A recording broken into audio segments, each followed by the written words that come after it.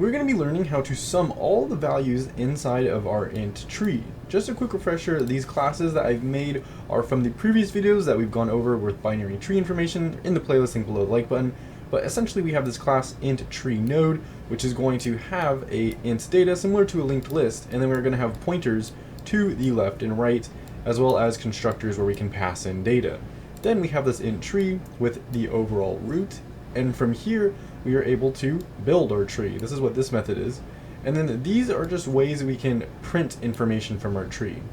Let's add another print method. This print method is going to be the addition of everything inside of our tree. So this is the sum of a tree. We're going to have a public, it's going to return an int, and it's called sum. We're not going to take any parameters because we just want to return the total of our tree. We're going to have a private helper method. It's going to be recursive. It's going to just be sum, the same name, but we need to pass in parameters. And we're just going to pass in the overall root. Every time we run this though, we are going to want to change the relative root that we're looking at. Let's add, oh, I don't know what that did. Let's go down here and add a private method. So private, we are going to want to return an int. We have sum, and we're passing in a int tree node, that's the type, and then we're just going to call this the root. So this is our method. Now, there's a few things that we need. First is a base case, so that'll be an if, and after this if, we also need a regular case that we can do to call the recursion, and we'll have this else. So if our root is equal to null, that's a pretty good base case, we should be able just to return a 0, because we're adding, so we don't want to return a null or anything, it's just simpler to return 0. So the simplest way to do this is to look at our current data, and we're going to be able to look to the left, and we'll look to the right, and we're just going to add these all together. And then we'll just repeat, look to the left, look to the right, add together, look to the left, and look to the right, and add together. That's the simplest way to do it. In the else statement, we're going to want to return the sum of everything we just talked about, so we're going to return the root dot data, the current root that we're looking at, the value at this spot, plus, and then we're going to pass in, we have to do our recursion, our root dot left. That's our next int tree node, so we're going to pass in the left one.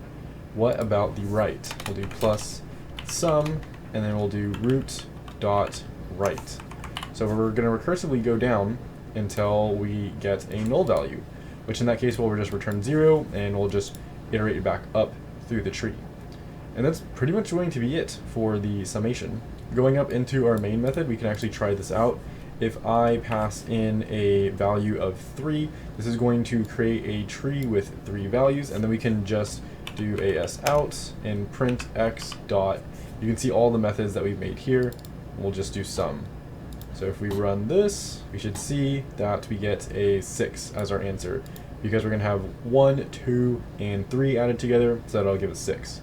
If we go into this debug, let me make a part right here, and we'll just debug it again. We're going to go into our sum. So first we hit the public method, of course, and then we're going to go into the private helper method. First, our root is equal to null is false, so we're going to go into this else statement. In this else statement, we have our root.data, which since I passed in 3, we're really only going to be having 1, 2, 3. So we shouldn't run through this that many times. So the first time we do this, we're going to add our root.data, which is this 1. And then we're going to pass our pointers to our left and right. So once we pass the pointers to the left and right, we'll see what we can get here in a second. First, we're going to do this root.left. This happens before the root.right. So we're going to go into that recursive part.